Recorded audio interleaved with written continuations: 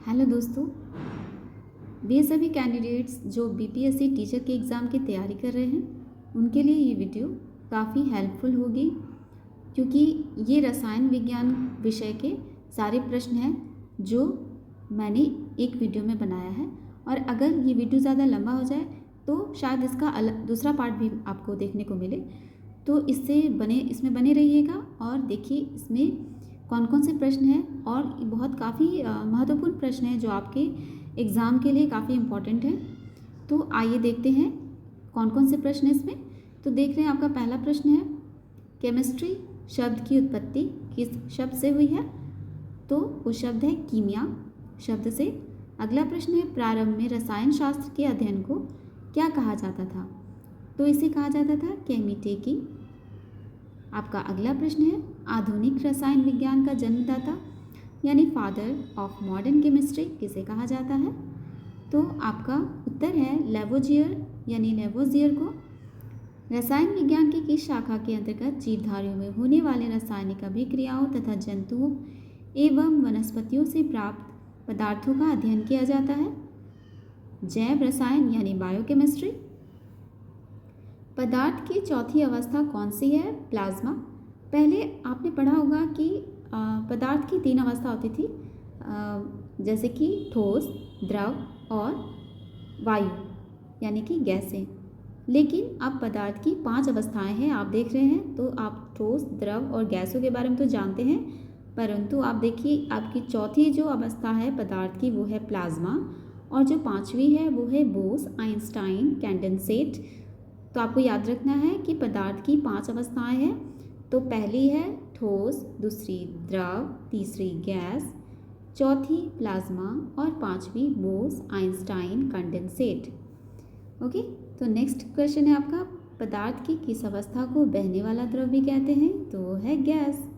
आपका अगला प्रश्न है कौन सा पदार्थ प्रकृति में 3 अवस्थाओं में पाया जाता है? तो आप सभी जानते हैं वो है जल यानी H2O, जिसका फॉर्मूला है, जिसका सूत्र है H2O।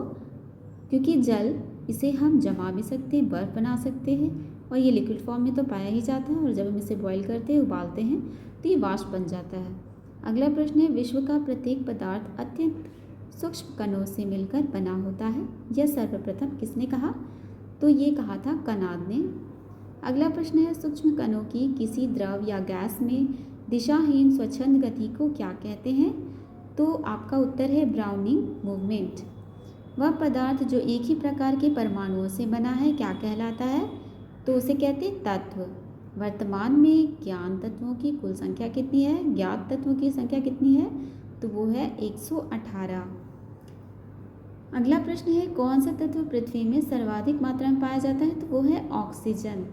तो पृथ्वी पर पाए जाने वाले प्रमुख तत्व उनका प्रतिशत आप देख रहे हैं। ऑक्सीजन 49.9%, सिलिकॉन 26.0%, एल्यूमिनियम 7.3%, लोहा 4.1%, कैल्शियम 3.2%, सोडियम 2.3%, पोटेशियम 2.3%, मैग्नीशियम 2.3% और अन्य 2.8% हैं।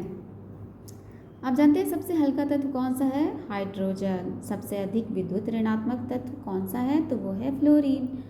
अब आगे देखिए मिश्र धातु और उनके कुछ घटक तथा उपयोग दिए गए हैं।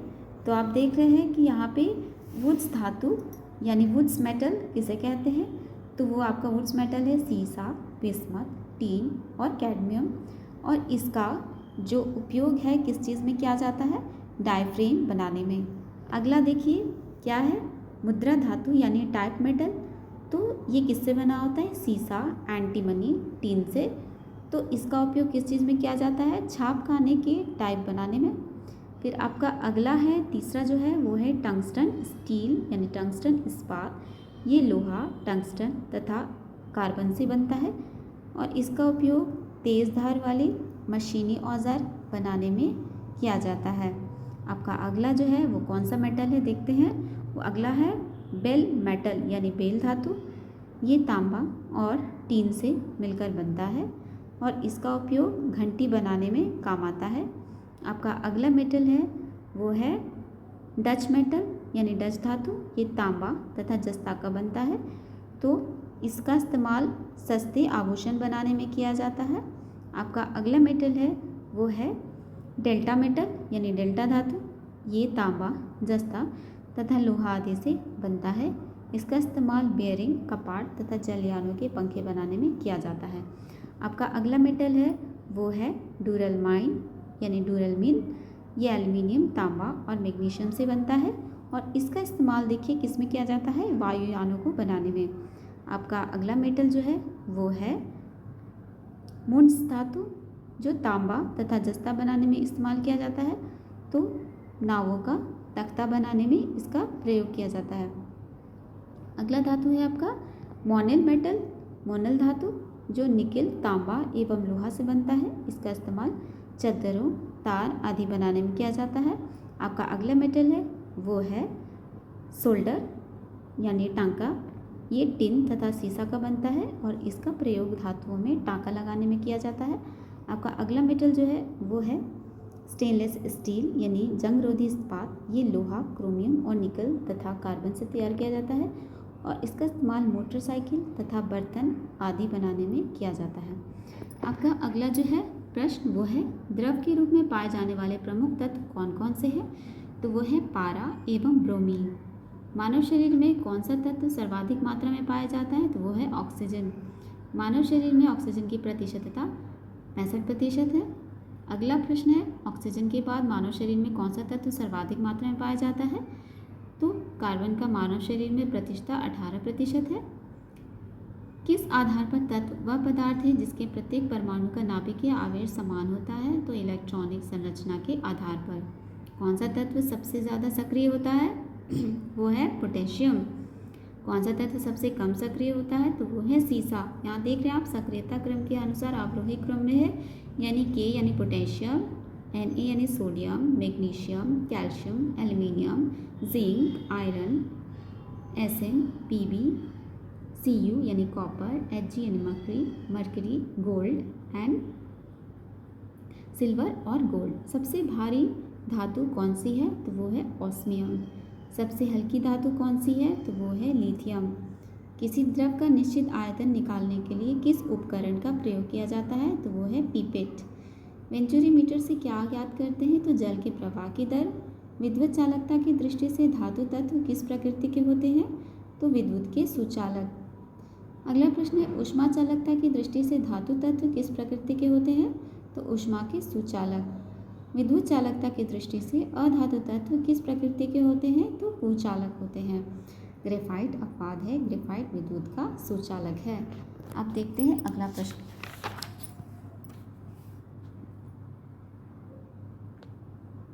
ऊष्मा चालकता की दृष्टि से अधातु तत्व किस प्रकृति के होते हैं? तो ऊष्मा के कुचालक होते हैं। हाइड्रोजन कैसा तत्व है? तो गैसीय अवस्था में पाया जाने वाला तत्व। ऑक्सीजन, नाइट्रोजन, क्लोरीन आदि गैसीय अवस्था में पाए जाने वाले तत्व हैं। आपका अगला प्रश्न है रेडियो सक्रियता का सर्वप्रथम पता किसने लगाया? तो हेनरी बैक्यूरेल ने लगाया था। अगला प्रश्न है किन्होंने सर्वप्रथम पता लगाया कि थोरियम के तत्व में भी रेडियो सक्रियता पाई जाती है? तो आपका उत्तर है मैडम क्यूरी एवं पियरे क्यूरी ने। अगला प्रश्न है यूरेनियम में कैसी रेडियो सक्रियता पाई जाती है? तो प्राकृतिक रेडियो सक्रियता पाई जाती है। रेडियम, थोरियम आदि में भी प्राकृतिक रेडियो सक्रियता पाई जाती है।